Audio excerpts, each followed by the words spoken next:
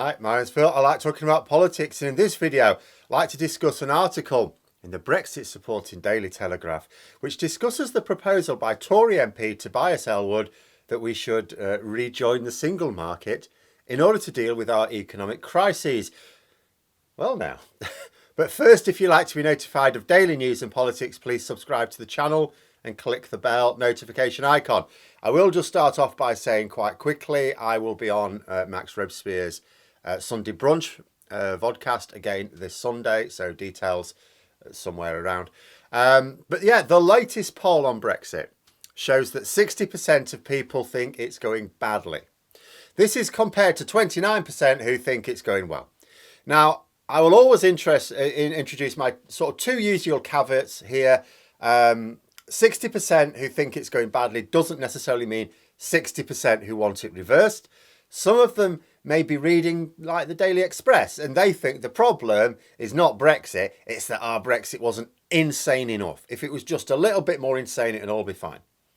But there can be no doubt that nobody is fooling the general population that Brexit is going well. Whether they think it's going well because Brexit itself is terrible, whether they think it's just because we haven't gone hard enough, whatever it is.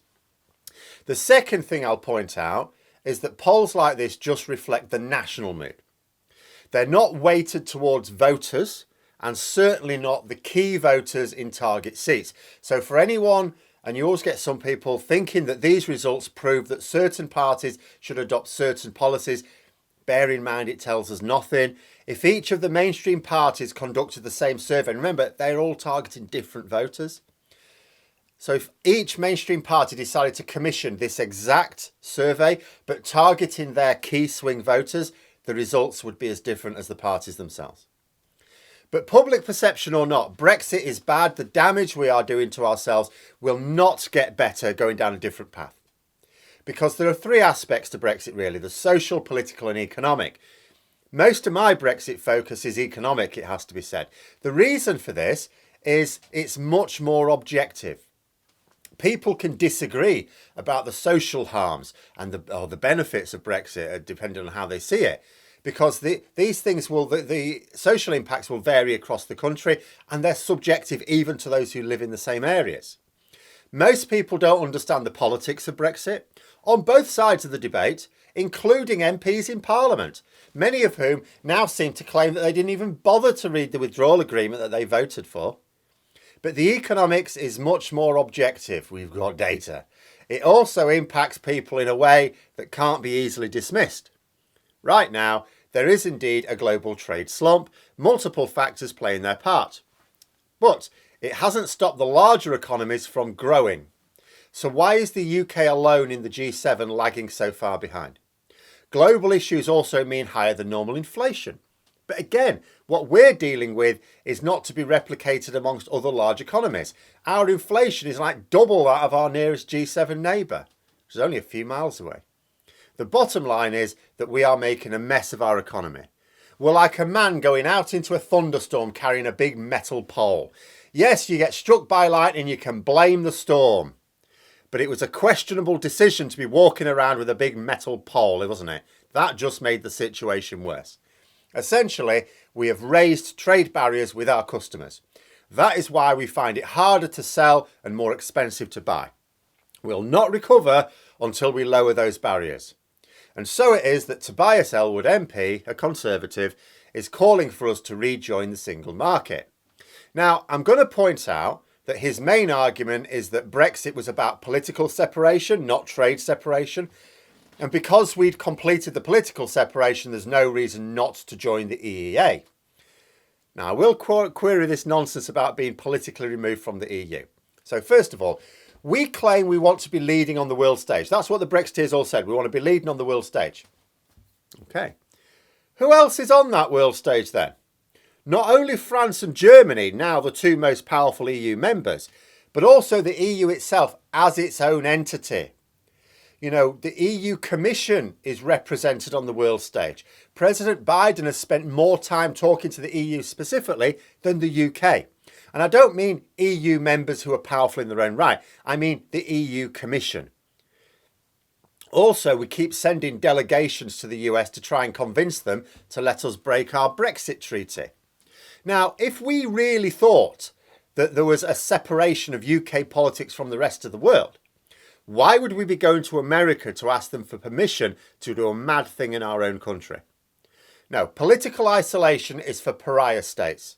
It goes hand in hand with economic sanctions. Basically, when the EU decides something, we have to follow if we want to sell to their market, which we do a lot. If we join the EEA, which we must if we want to arrest our economic decline, then we will follow other rules. Ironically, rules less harmful to our trade. We will still follow EU rules, but we'll be following the less harmful ones, the ones for members of their single market. But rules nonetheless. Rules that we used to help make, but we will have no say in as EEA members. Not necessarily true, actually, because as a large market, we would, of course, be able to lobby the EU. I'm sure we'd be able to arrange meetings and put our points across, but we'd get no vote on the matter. Still, it's possible that Elwood realises this and he's just trying to smooth feathers. If the objection to the EU is political, not trade, he may be saying, then we should have no problem being in the EEA, should we? And as everything else in politics, the bus doesn't have to be going to the same destination as you want to, but if it's going in the same direction for a while, hop on board. Rejoining the EU proper is a long way off, and it passes through EEA membership anyway. I just hope Labour are constantly keeping their fingers on the pulse of this. Won't want to get left behind once there is the political freedom to get behind a policy like this. Now, obviously, one Tory MP talking about it doesn't mean momentum is shifting. Elwood is an outlier in the Tory party on a number of issues. But imagine Labour came to power, right? So imagine actually we had a snap general election this year. Now, it's not likely, but the conditions do exist to make it possible. Labour need to get the economy firing up. Remember, the mainstream media aren't going to cover for anything. You know, all the newspapers, the Tory newspapers that right now are blaming all sorts of external pressures on the economy. As soon as Labour in power, all of a sudden it's all Labour again. So they've got to get that economy firing up, and quickly. There are individual economic policies that they have right now, but there's no overarching umbrella vision. You know, there are three possible reasons for this. First, Labour are still working on it. If that's the case, hopefully they'll hurry up and announce it during the conference this autumn. Second, they're being too cautious to have a grand vision and are just hoping to present themselves as the not shit at economics party compared to the Tories. That'll be disappointing. Third, that they do have a plan, and a big one. But they don't consider it politically prudent to announce it so far off from the election.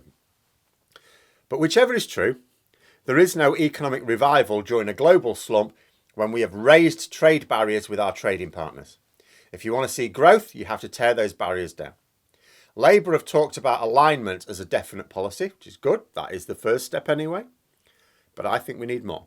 EEA membership could be sold as separating out the politics and the trade from the EU. Nobody has an issue with the trade with the EU.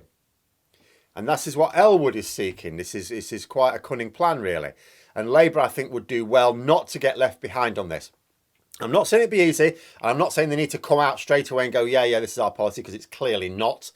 But EEA membership needs to happen. So it's Labour's job to work out how to make the path as politically frictionless as possible.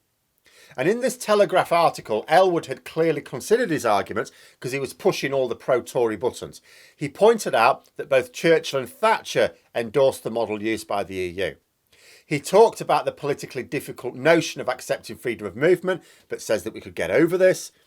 In reality, the only politically difficult aspect of freedom of movement is that the Sun, the Mail and the Express exist. You know, if you actually put it to people what freedom of movement actually means, you generally find that people don't have a problem with it. Elwood argues that joining the single market would strengthen our economy, ease the cost of living crisis, settle the Irish problem and promote our European credentials. All true. And when you put it like that, it sounds insane not to go for it. But then it was insane ever to leave. But we do have a government that first of all said there were no parties and now insists, yeah, there were parties, but they were necessary to keep morale up for the hard-working Downing Street staff. It's like, yeah, but didn't you say in Parliament there were no parties, so haven't you lied then? No, I haven't lied. But you said there were no parties. Yeah, that's right. And now you're saying there were parties. Yeah. All right then. But of course, this is just one voice crying in the wind. We're not suddenly going to start to see other Tory MPs. He's not so influential that we're now going to get the floodgates opening up. A few other Tory MPs will start going, well, I don't know, maybe we should think about this single market stuff then. But as economic realities of Brexit keep biting harder, more are going to start to wonder if their ideological crusade against all things EU is really worth it. After all, the vast majority of Tory MPs don't actually have anything against the EU at all. They had nothing against EU membership. They just wanted to be elected to Parliament. That's all. They just wanted a nice, cushy 84 grand a year job. An election to Parliament under the political conditions at the time for a Tory meant pretending to hate the EU. And I am also going to finish off by pointing one really curious, disjointed thing that was in the article. It was right at the end. And it finished off by saying that Labour had abandoned its Corbyn-era policy of supporting a second referendum. And I thought, that's an odd thing to say, because the policy was of having a referendum on the withdrawal agreement with Remain as an option. Well, you can't have that referendum now, because if you were to put a referendum out to people, okay, what do you want, this withdrawal agreement or to Remain? It's like, well, okay, if I vote for the withdrawal agreement, what happens? We've already implemented the withdrawal agreement. If I vote to Remain, what happens? We've left. The referendum doesn't exist. It can't. The policy was never abandoned. It just ceased to exist because we're not in the EU. So why say it?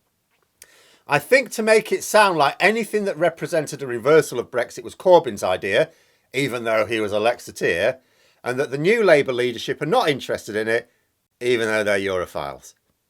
But given that their readership are likely to be mostly Brexit supporting, even though soft Brexit supporting, I don't think as rabidly as the likes of the Express, it's not going to do Labour any harm for that line to have gone in.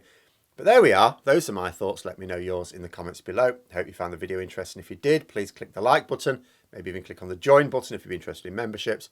And until next time, I'll see you later.